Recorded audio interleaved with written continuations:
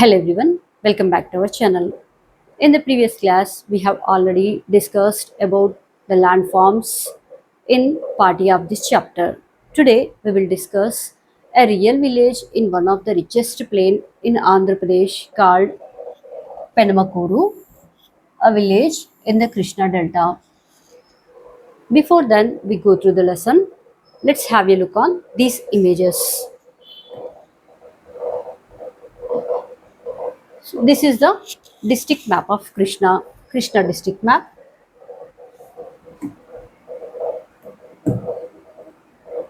Here we can see the Krishna district map with the mandals and revenue divisions. Here, let's have a look on the Krishna river. And here we can see the delta of Krishna.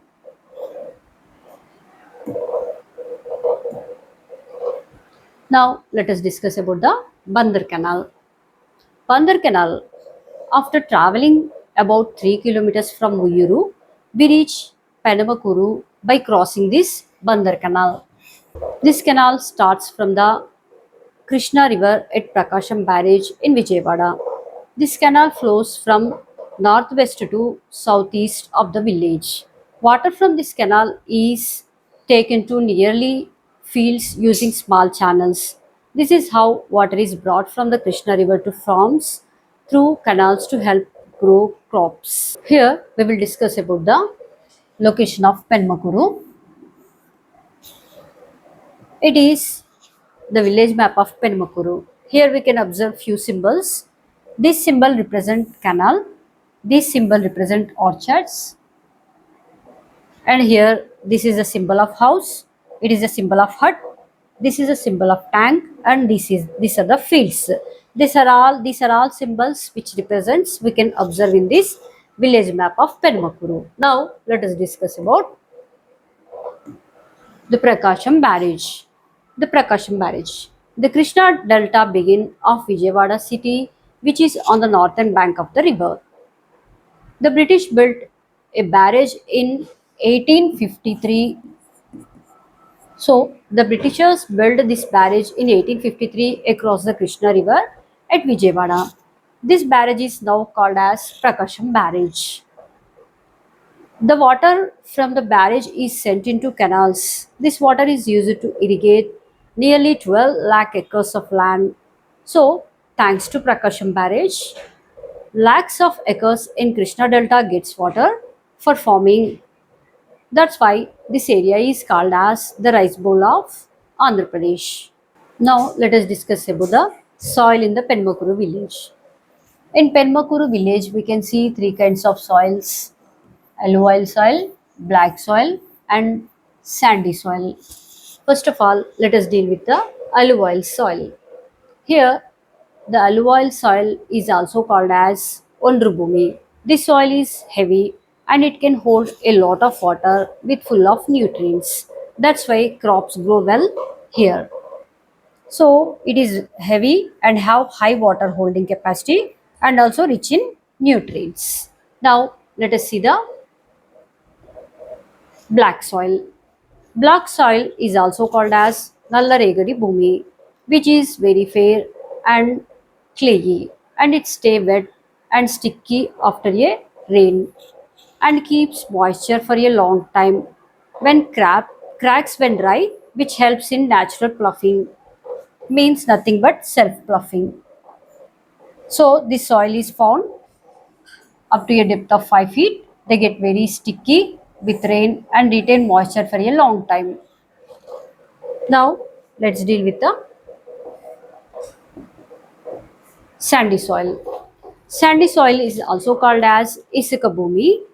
Most soil here is very fertile. So if water is available, farmers can grow 2 or 3 crops per year. So these kinds of soil is we can see in near the rivers and in the west and south places. Next, let's see about the rainfall and irrigation in Permakuru village. In this region gets heavy rainfall from June to October. So this region get very heavy rainfall from June to October because of the southwest monsoons. From November to May, from the months of November to May, there is very little rainfall since there is no rain after the month of October. So farmers must use canals, wells or tanks to water their fields. Eastern side of the village is lowlands and it is near the canal, so it gets water easily. Western and northern sides are higher, so canal water cannot reach. In these places, farmers use bore wells. Next, we will discuss about the bore wells in Penamakuru village. Penamakuru is near the Krishna river, so groundwater is found easily. Water is available here at a depth of 15 to 25 feet.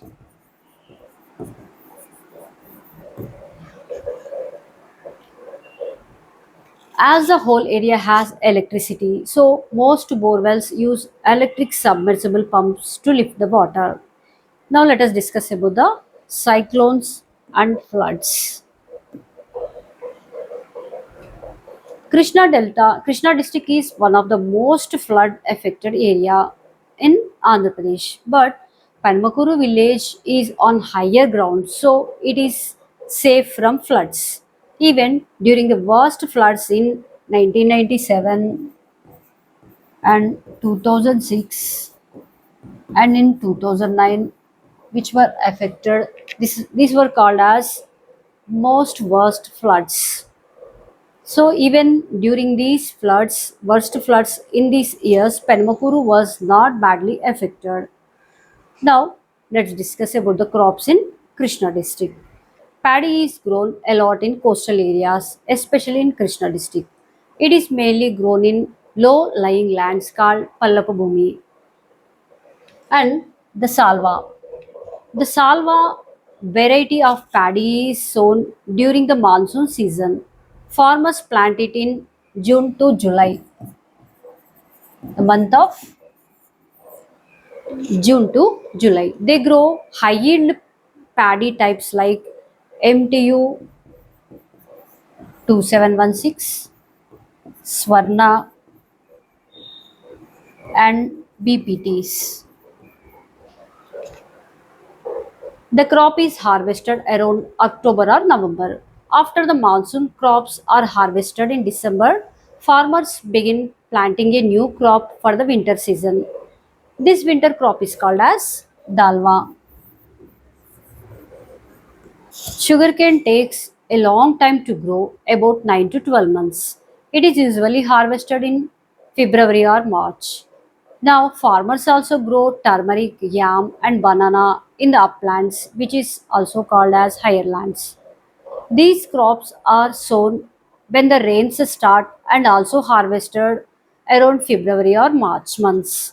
Crops like sugarcane, turmeric, yam, and banana are mainly grown to sell in the market, not for use in the village. So these crops do not need much water to grow. You can see one more image of crops in Krishna district. Now, let us discuss about orchards. Orchards are special farms where fruits are grown. The soil near rivers is very fertile, which means having with nutrients, full of nutrients. There is plenty of water for the trees from the rivers or canals. The soil keeps the roots cool and moist, which helps trees, especially fruit trees, to grow very well. Next, we will see about irrigation, market, and changing of crops in Permakuru village. Farmers here are now growing crops like sugarcane and fruits instead of grains because now they have water facilities, availability of loans, and good seeds as well as good places to sell them. Next, we will discuss about land ownership and tenancy. So here in the Penmakuru village, there are about 750 families. So nearly 750 families are living in Penmakuru village, and 10 families from them they have 10 acres of land and more than 10 acres of land. These are called big farmers. They have called big farmers. And about 150 families, they have only less than 5 acres of land. They are called as small farmers. So those who have less than 5 acres of land, they are called as small farmers. And the remaining farmers have no land at all. So they are called as land laborers, means which means they work on others' land. The landless people work as farm laborers on others' land. Here, look at this box. We will fill the answers. First question. Types of soil in Penamakuru are. He's asking to tick the correct answer. So already we have discussed how many types of soils are there in Penamakuru village. So he has given three options: A, sandy or rocky soil; B, sandy or clay soil; C, black or sandy soil. So the correct answer is black or sandy soil. Now come to the next question. Which of the following statement is correct? He is asking the correct statement. And the questions are: A, sandy soil retains moisture; B, black soil retains more moisture; C, black sandy soil retains moisture. So the correct answer is answer B. Black soil retains more moisture because sandy soil lets water pass quickly, so it doesn't hold much water. Now come to the third question. Farmers of Penmakuru grow rice in which soil? So here the answer is alluvial soil. So the farmers grow rice in the month of June and July and in alluvial soils. Come to the next question. Fruit orchards are by the side of river Krishna because dash. So the correct answer is sandy soil.